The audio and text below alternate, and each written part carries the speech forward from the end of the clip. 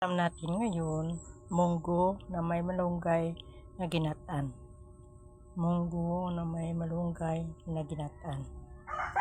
Ito, nilagpang, yung fishing namin kanina. Nilagpang na tilapia. Nilagpang na tilapia yan. Kahang yan. Anghang ba? Ito ang kanin ko.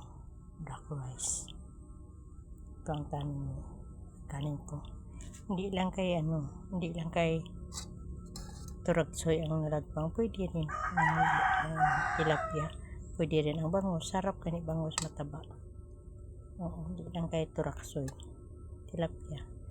Ito ang tilapia namin mga 1,000 ka piraso. Binuya namin sa fish pan.